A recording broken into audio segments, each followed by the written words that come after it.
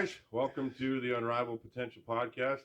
I'm your host, Mike Pomeroy, and today we have a guest. His name's David Koons. David, say hi, camera, or me. Good morning. Good morning. Good morning, Mike. Cigar and coffee. We're good. We'll get going with this. As we're diving in after getting out of the 7 Habits of Highly Effective People, now we're moving into bringing in some guests and continuing on this entrepreneurial journey of what it looks like to start a company, what it can do to your family, as we talked about last week with my daughter, and what to expect. So now we're just diving into other people's perspectives, not just mine talking on camera. So here we go. There we go. By the way, that's one of my favorite books. Top 3 books in my arsenal, other than the Bible, is 7 Habits of Highly Effective People. It's a good one. Yeah. It was a game changer for me. Yeah. Great book. So, I mean, how many years has it been since you read it? Because I could ask you which one's your favorite habit, but it's been a while. It's like asking someone what their favorite Bible verse is, I guess. Yeah. Like, yeah. Oh, yeah, that one. Yeah. Was it Trump that did that? He was like, yeah, they're all really great. They're all really great. All of them. No, that's a great book. Be proactive. Begin with the end in mind. All good stuff. I read that book right around the time I read The Greatest Salesman in the World, Og Mandino. One of the greatest books of all time. I haven't read that one. Yeah. I highly recommend it. It's a short book, about an hour and a half read, but then they have the 10 Scrolls of Wisdom in there, and it's a great story written by one of the best-selling Christian authors of all time called Og Mandino. And I got introduced to that book when I was about 22 years old at jump school in the Army. Even though I was in the Marine Corps, I was at jump school. And transformed, phenomenal book, up there with 7 Habits. Highly recommend it. You would love it. Yeah. You guys might like it too. So I recommend doing the 10-month thing they recommend in there, but you can read the whole book in about 90 minutes. I'm a slow reader. Yeah. So anyway, books. So we've talked through that subject here before. I know you and I being, we've known each other almost 2 years now. I think. Yep. What made you? I know there was a different point in my life where I started picking up those kinds of books. Yep.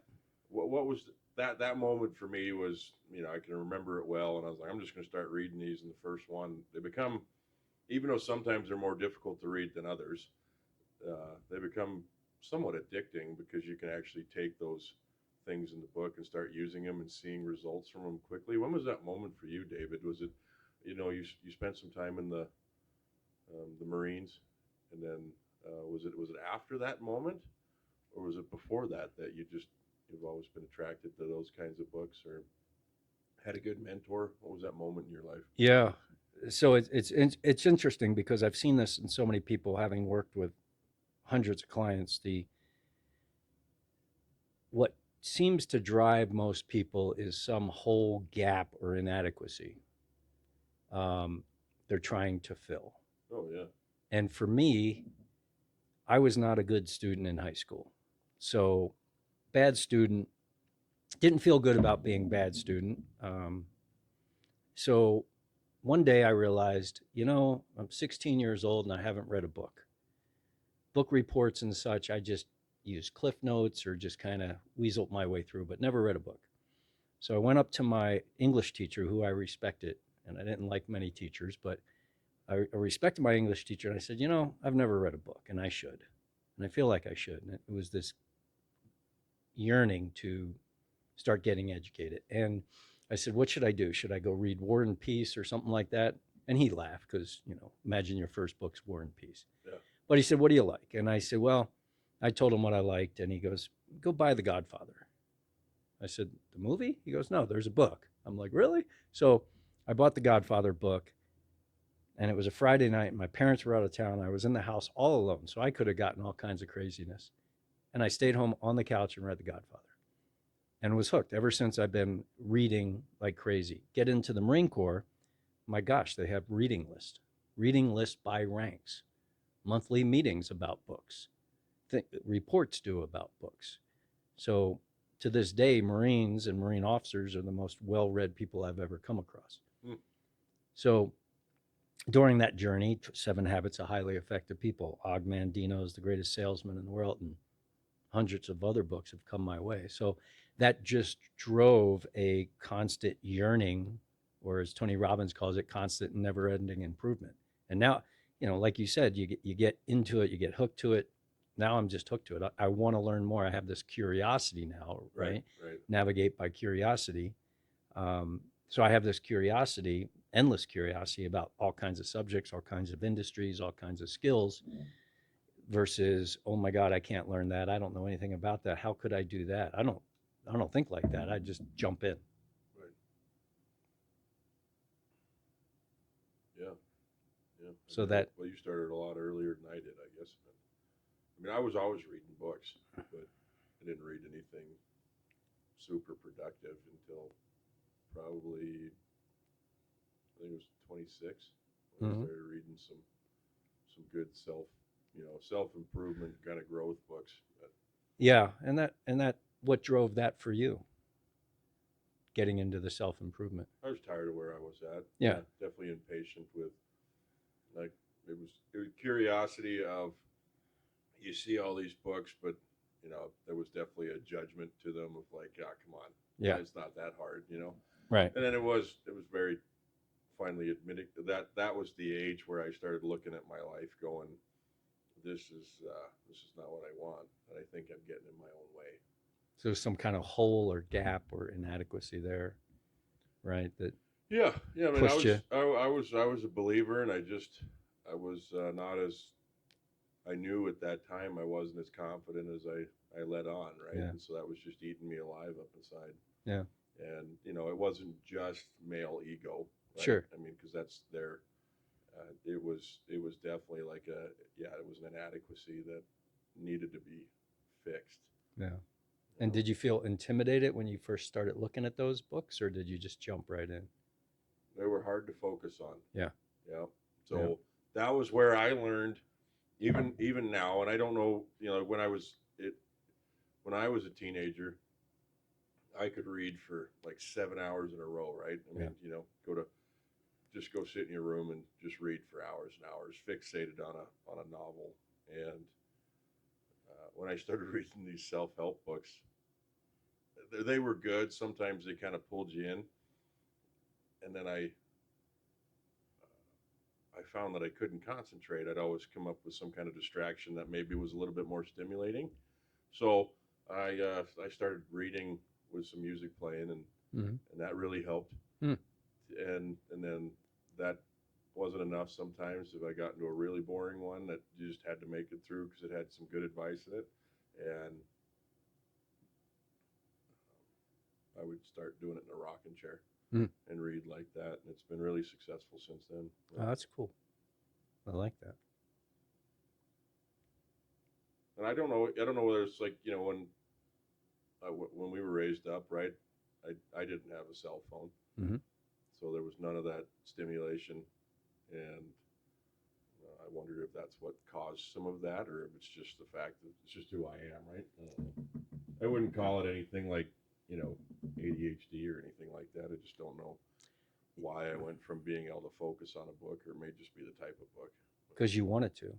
Yeah. That's the key. You could come up with ADHD, you could come up with the phone, you could come up with, but at the end of the day, do you want something? Right. Right. And if you want something, are you the kind of person that gets it, or are you the kind of person that comes up with excuses why you can't? That's been my experience. And for me, I've always gotten what I really wanted. Right. If I'm really honest, I've always gotten what I really wanted. Nice to haves, maybe I get them, maybe I don't, because do I have that internal drive to push through the obstacles? Because we always know we're going to get thrown obstacles. So do I have what it takes to do that? But if I look back on life, I've always gotten what I wanted. Really wanted. Yeah. Yeah. So. Yeah. And then you're doing a couple of different things right now. You're working with us, little bits and pieces, doing a few things, but you've had an amazing career from what it sounds like. Starting your own company, always been a huge advocate for being an entrepreneur, self-employment in that regard. Sounds like there's been some public speaking. What, where did that journey start? Yeah, so grew up in a family business, and so I'm very familiar with small business, and that was a great experience. I felt a calling to join the Marines, both a calling, but also to get my stuff together. Not being a good student, not being disciplined. The Marines were really attractive to me because they had structure, they had discipline. So I enlisted about my third year of college, and then I went in and spent about 9 years in the Marines. Finished my college during that time, and then I got out and I got a job offer in San Francisco. And within a couple months, they gave me the responsibility of starting a business unit. So, starting a business unit offering warehousing, third party warehousing distribution services for Northern California and Nevada. And my base pay was peanuts in San Francisco, and I got a percentage of my net income was my incentive. So I could increase my income as quick as I could grow the business. So I had a new business of me with a huge territory, and now my job was to grow it. And so I applied skills I learned from growing up in a small business, what I learned in the Marines, because to me, 80% of success in business is universal across industries. Yeah, okay. And then I grew that business from 0 employees, 0 revenue to 5 million a year with 50 employees in about 3 years. So that was the first big um, success I had in that regard. And about my fourth year or so, the company wanted to give me my own office in Cleveland, Ohio, and I was living in San Francisco on the West Coast, and I just realized I was basically back in the Marine Corps, just a different uniform. And so I wanted more independence over my time freedom. I wanted more independence over other areas in my life. So I walked away from that opportunity and moved out to Colorado, and then started coaching and consulting other small businesses as my next business venture. And very quickly, you mentioned self-help. That led into the self-help industry, where I started working with a mentor in the self-help industry and found myself teaching on stages across North America to hundreds of people, and learning about public speaking, learning about selling from the stage, continuing to grow a new business unit. We created and grew one of the largest coaching programs in North America at the time. And I was in charge of that and setting that up. And so, yeah, in the self-help industry for 4 or 5 years doing that. And then continued to consult and coach individuals, small business owners, entrepreneurs. Yeah, so that's a lot of the last 25 years or so. You know, I really want to dig deeper into that, but the thought I just had, and I don't think I've asked you this before, but I've been curious about it now. Most, and I may be wrong in this, it may just be my perspective, so feel free to correct me. But in my experience, most military men that I meet either uh, either they don't make good business owners or entrepreneurs, or they just have no desire to. They're happy to be workers. Hmm. Now I know that there's plenty of them out there that are starting companies, right? So it's nothing against that. And so my question comes down to, what made you different? Was it your experience with your family growing up that just like pushed you through that, or am I wrong in that perspective? That's just the ones that I've met. Yeah. I don't know whether you have a lot of people that you've met throughout the years in military that make really, or not that they make bad business owners, they just don't go out and do it. Yeah, yeah. I would say my experience is a little different in that, think of the military as a slice of the population. So you're going to get military guys that are great entrepreneurs. You're going to get military guys that are great workers, and you're going to get bad workers, and you're going to Not everybody in the military is awesome, right? Right. So you're going to get guys that never Human really nature, right? learn the nature of discipline or structure, and so you're going to get a cross section. I've met some great entrepreneurial military guys. I met some great worker bee guys. Um, and depending what military, what did they do in the military, and different jobs. But I've met a lot of guys in my circle have that can-do attitude of the military. Right. Right. I set a mission. I accomplished the mission. Right. We don't let anything get in the way. That's great in business because you and I know there's a lot of hard knocks, obstacles, and pitfalls thrown at you when you're in business. So because of that,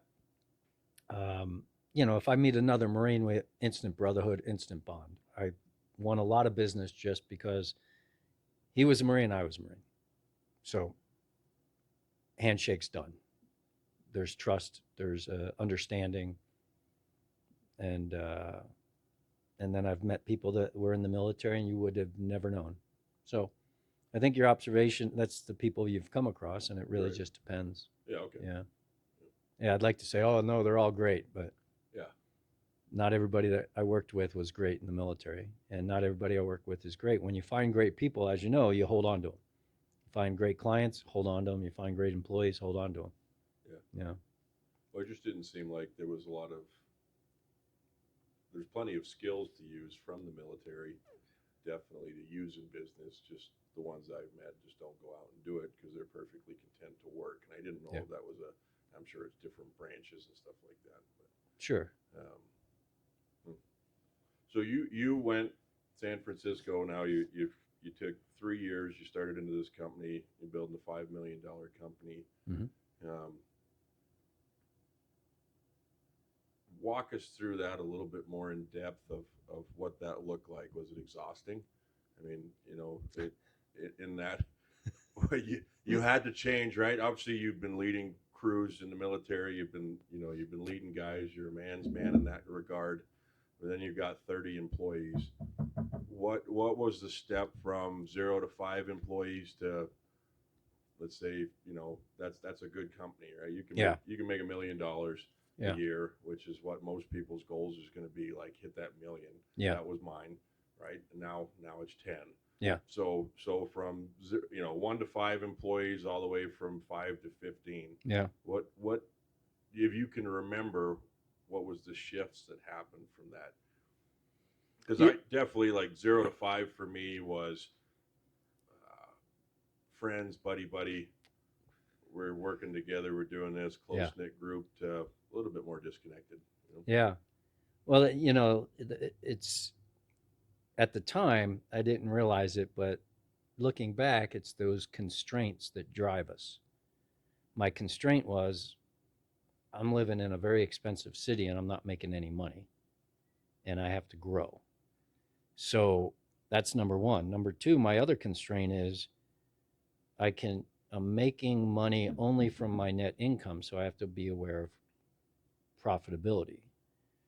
Number three, I got to know my product. I got to know how to make money. So I have to do those things. I have to understand the business, fine tune the business model so I can make money. Right. I don't want to bill $1,000 and it costs me $1,100. So that's not fun, right? Yeah. So first, really understand the business model. And you can be in an industry 10 years and not understand a business model, right? You and I have met people that don't know their numbers, don't understand the business. So I had to do that. I can tell you at the first 5 employees weren't with me when I was doing $10, $20, $30, $50,000 a month. They weren't with me when I was doing $400,000 a month, $500,000 a month. Because at different levels, I find people grow beyond their capacity. They either are going to grow beyond their capacity, or the workload has changed or shifted. They can't handle it and they have to go stay within their wheelhouse. So I went through, we all have number twos, or people that you rely on. So you're out of the office, you're on sales calls. I went through 3 number twos before I found the guy that could handle it. And as I grew, that those positions changed. So knowing knowing the people's capability, and you're not doing them or the company any favors by keeping someone in a job that they no longer fit. Right. The other thing was having revenue. Right person, right place. Yeah. Right person, right place. Good person, but the job's outgrown him. Yeah. The other thing was having revenue rules. So when do I hire? How much revenue do I have to be making before I hire someone else, and for how long? So at the time, I needed at least $10,000 per person in revenue before I could bring someone on. So that was just a hard and fast rule. I knew my numbers. I needed at least 10,000 in revenue in that case. So I didn't even think about hiring until I would hit that target for at least 3 consecutive months. Yeah. Now, I said I wouldn't think about hiring. One of my rules is, we've heard always be closing. My other rule is always be recruiting, because you never know when you need somebody. Somebody quits, gets moves. There's always personnel issues as you have employees. Yeah. So my first hire doubled my workload, or doubled my number of employees. I cut my workload by 50% as soon as I hired somebody. Yeah. Hire somebody else, cuts my workload 33%. Hire the wrong person, it doubles your workload. 33%. Hires the wrong and it does, man. The wrong hires, right? And I learned this over all the wrong ways by hire slowly, fire quickly. And at the time when you're in growth mode and you're scaling, sometimes I just hired quickly. If they walked in the door and they had a heart rate, it's like, all right, you're hired. Yeah. So hire slowly, fire quickly is great advice. Knowing your numbers, knowing when you're going to hire. People think a big mistake in management is throwing bodies at the problem. And that's the worst thing in the world. Made that one. Yeah. Throwing bodies at the problem just makes more problem. Creating systems and processes makes life a lot easier. For example, if they say, well, Betty does it this way, that drives me. When I go into a company and they need help scaling, and it's a challenge. It's a scale from 0 to 5 million in 3 years. There's a lot of scaling lessons. And if somebody says, well, Betty does it this way, but Bob does it that way, we don't have a system or a process. We have a personality. And so I always say the more personality, the less process, the more process, less personality. More process, less emotion. Right. You want less drama in the office? Get more processes. This is how we do it. A simple step is create an FAQ document for people that answer the phones. Yeah.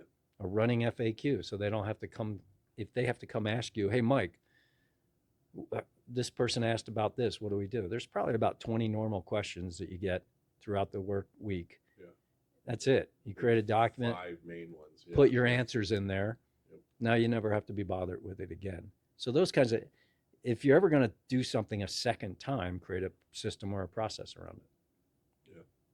And then you're just scaling the system or a process to fit. Then you're constantly tweaking the system or process, and you're finding people to work that system or process. It seems like for me that there's always a constant light switch that goes off. I even had one just a couple days ago. And there's always a new light switch and light bulb, whatever you want to call it, that I'm like, oh, that's cool. I never thought of that. Or either I learned it from something else, or I was going through my numbers and I was like, oh, and all of this knowledge combines as one, right? And it just keeps going towards the goal when you're in the, you're still, especially when you can get to the point where you're working on the business, right? Right. And there's a lot more light bulbs that go off. Right. And then each one of those things, if you have the right mindset and you're like really focused on growing this thing, or at least getting it to where it's stable, so you're spending time with your family or whatever, not grinding, doing 12-hour days, 20-hour days, whatever you like to do.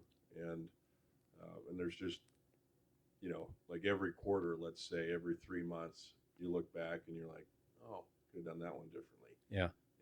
And then you can grow rapidly. Obviously, proving it 5 million in 3 years is successful, right? I had a full head of hair when I started. Yeah.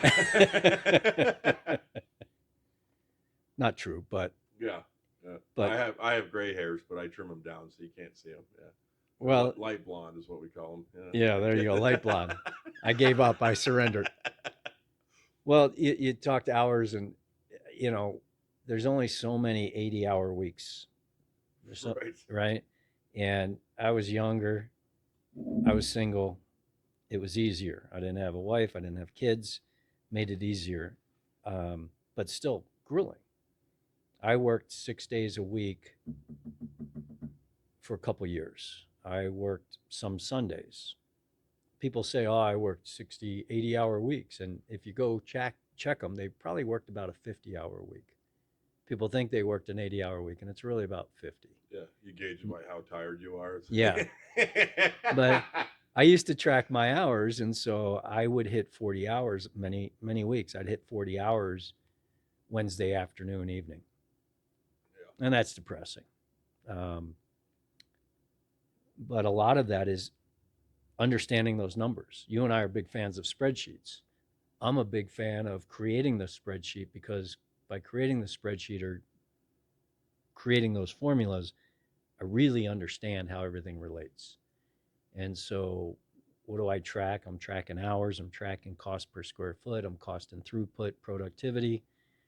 And I have to understand that. It's not something one day you and I know. One day somebody doesn't hand you a spreadsheet and say, here, and you go, oh.